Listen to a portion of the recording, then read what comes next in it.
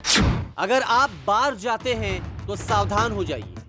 अगर आप मॉल में जाते हैं तो सचेत हो जाइए। अगर आप फिल्म देखने जाते हैं तो रुक जाइए। अब आप सोच रहे होंगे कि आखिर ऐसा क्यों? क्या हो गया जो इन जगहों पर जाने वालों को सचेत किया जा रहा है? इसका जवाब आप खुद सुनिए स्वास्थ्य मंत्रालय की ओर से। ऐसी कौन सी एक्टिविटीज हैं जिनमें रिस्क ऑफ एक्सपोजर बढ़ जाता है? रिस्क ऑफ एक्सपोजर यानी कि चांसेस कि जिससे हमें इंफेक्शन का खतरा ज्यादा हो। तो ऐसी जगह हैं जहां पर कि हवा का प्रवाह नहीं होता, एनक्लोज स्पेसेस, जहां वेंटिलेशन कम है, बंद कमरे।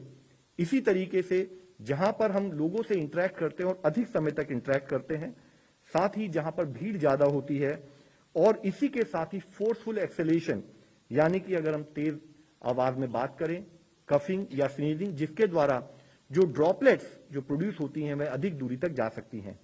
ऐसे समय पे जरूरी है कि हम सब एक कॉमन क्लैरिटी से आगे बढ़े।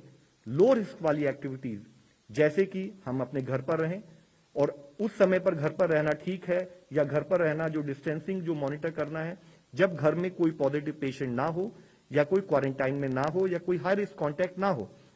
अगर ऐसा हो तो घर में भी फिजिकल डिस्टेंसिंग का नियम अनुसार पालन हो।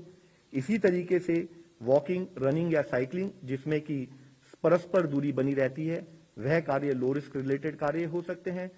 टेक अवे हो, ऑर्डर इन फूड हो, वर्क फ्रॉम होम हो, या ऑनलाइन शॉपिंग जैसी एक्टिविटीज जिसमें फिजिकल कांटेक्ट कम से कम होता है, वह एक्टिविटीज हम लो रिस्क के अंदर ले सकते हैं।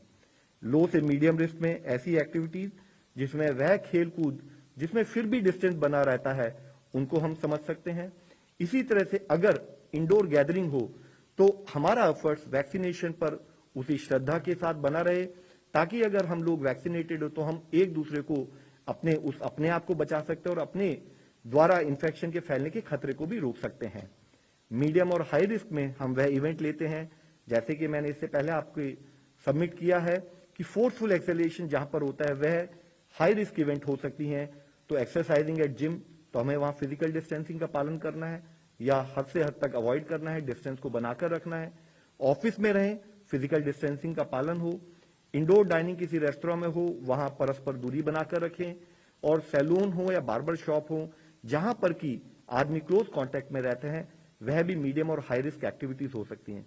और सबसे ज्यादा हाई रिस्क एक्टिविटीज जैसे कि पार्टीज, बार्स और नाइट क्लब्स, कोई ट्रांसपोर्टेशन जहां पर हम बिना प्रिकॉशन के मूव करें, कंसर्ट्स हों, कॉन्टैक्ट स्पोर्ट्स हों, मूवी थिएटर्स हों जहां पर कि फिजिकल डिस्टेंसिंग का पालन ना हो रहा हो, और इसी तरह से कोई ऐसे कांग्रेगेशन किसी भी हद तक जहां पर कि प्रिकॉशन का पालन ना हो, स्पोर्टिंग की बड़ी बड़ी इवेंट जहां पर अधिक लोग आ रहे हों, मार्केटिंग और शॉपिंग मॉल्स जहां पर अगर हम जाएं भी और हम फिजिकल डिस्टेंसिंग का पालन ना करें, वह सब हाई रिस्क एक्टिविटीज के अंदर हम ले सकते हैं।